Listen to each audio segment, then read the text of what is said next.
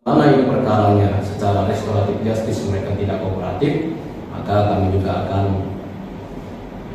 menutup beneran ini gitu.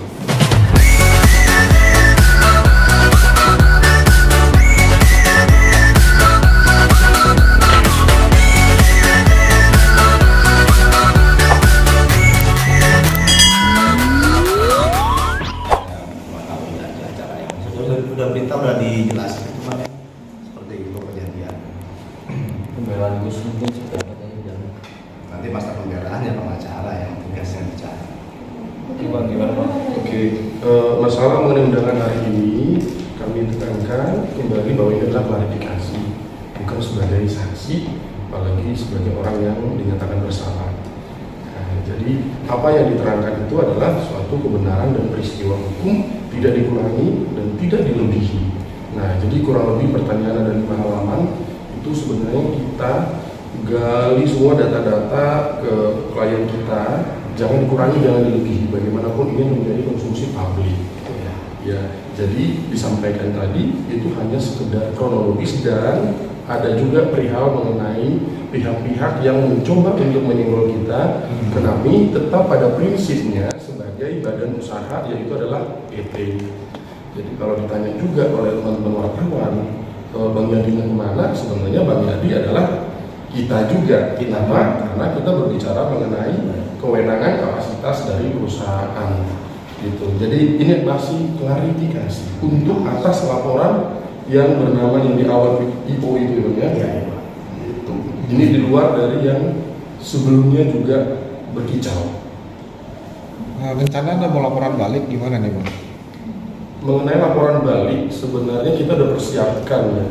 Bahkan hari ini sudah kita lengkapi, tapi kita melihat kondisinya sikonnya sampai detik ini ya Bang Yadi masih ada trauma, masih belum siap. Kami selalu melakukan pendekatan sampai tadi pagi saya selalu chatan dengan asistennya. Kami mau mencoba dia jangan sampai ambigu, jangan sampai penafsirannya jadi sesat. Kenapa? Karena terlapornya adalah direktur. Pertanggungjawaban PT adalah direktur. Kalau langsung dilimpahkan murni mutlak tidak bisa. Jadi kita akan melakukan pendekatan terlebih dahulu, termasuk untuk melakukan sikap mengenai pembelaan hukum, untuk melakukan laporan balik.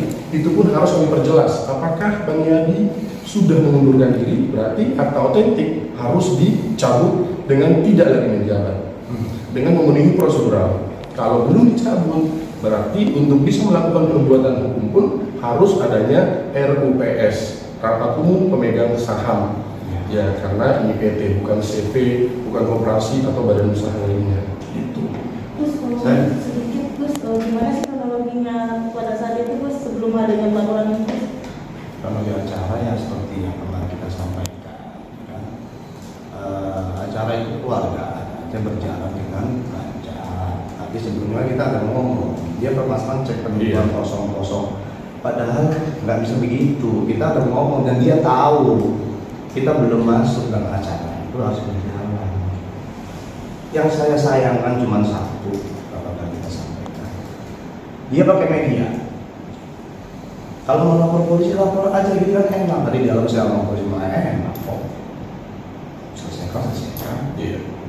Ini media loh. Pencemaran nama baik. Bukan kita lari, dia tahu alamat kita. Betul. Itu aja sih. Kalau masalah lapor balik ya sebenarnya saya pengen. Karena ini udah media tahu semua, menurut saya marah. Sebenarnya kita yang menahan, jangan dulu. Kenapa? Karena ada aturan formilnya, gitu. Walaupun kalau sampai 2-3 hari ini tidak ada informasi yang sekiranya menjadi solusi, kami harus masuk laporan balik. Gus, ini mau melapor gimana ya? Karena jauh ini kan ada 2 laporan ya terhadap sama ini kan. Iya, udah saya sama pengacara saya kemarin. Ada 1 laporan lagi. Pemberitaannya saya lihat mengada-ada. Kerugian 100 sekian juta. Iya, tidak ada bukti. Sedangkan tidak ada bukti dan saya ada barang bukti vendor sendiri. Kerugian 5 sekian, nggak sampai 25 juta. Bang katanya mau balikin itu Bang 135 juta Bang, uang kerugian korban Amel. Kata siapa? Asal minta maaf.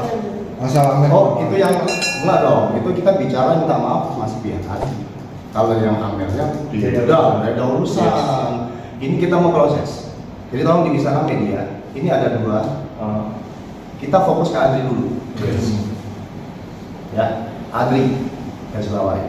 Baru yang kedua kita mulai fight. Karena saya merasa ini tidak ada keadilan buat saya. Dia pegang cek nggak masalah duit, saya bukan sombong ya, usaha saya ada di belakang. Cuman tolonglah nama baik yang kayak apalagi ya, saya bela Yadi sebenarnya. Kalau saya sebenarnya nama sih nggak masalah, lu mau hina dia mau apa sih? Karena Rasulullah SAW dihina, udah biasa. Gimana terkait cek kosong yang ya diberikan? Oh benar kosong. Itu bukan masalah cek kosong, gimana kita mau dari investor kan. Uang pribadi saya punya usaha di tambang juga belum masuk, ya kan? Jadi kita ngomong dari pihak melapor yang kita bilang acara bagaimana ini tahu itu belum masuk, sabar komunikasi, karena dia nggak sabar pakai media ini yang saya sayangkan. Kalau mau lapor langsung aja, nggak usah pakai media, bisa nggak sih? Mau cari apa? Tapi Amel menegaskan katanya nggak salah gitu ya. Loh ini tanya yang mana dulu nih? Pak Amel gimana kalau nanggapi Amel? Kalau Amel itu lain cerita. Amel itu tidak ada ikut sangkut paut ke acara kami. Itu dia acara yang kita gagalkan karena apa? Dia menawarkan vendor sampai 800 juta ya kita nggak deal dong. Itu baru penawaran. Dan cek itu 50 juta untuk artis yang dia mau bawa, yang kita nggak jadi pakai karena belum masuk. Dia tahu. Cek yang satu lagi 15 juta itu untuk kerugian vendor yang 7 juta sekian, dan itu kita mau minta balik, dia nggak serahin.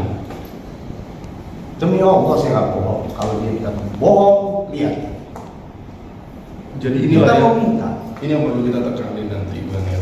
Bagaimanapun di sini ada kita terapkan juga secara undang-undang ITE.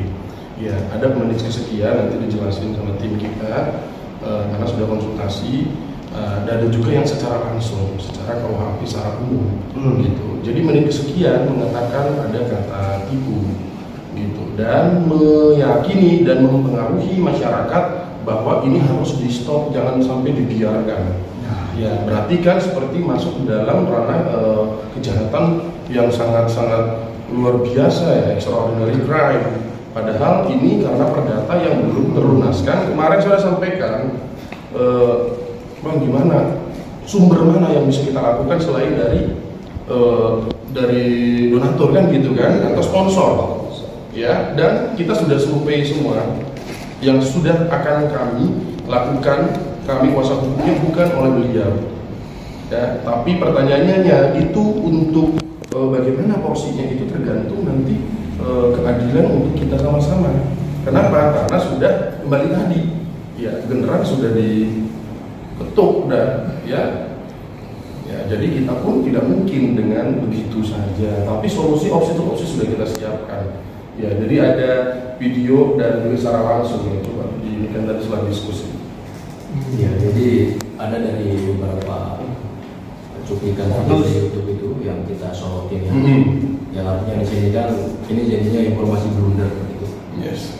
Mereka sudah membuat sebuah yang artinya mengetuk hati nurani klien kita di sini dengan cara yang tidak benar menggunakan media, dan kita juga selaku kuasa hukum di sini tidak tinggal diam.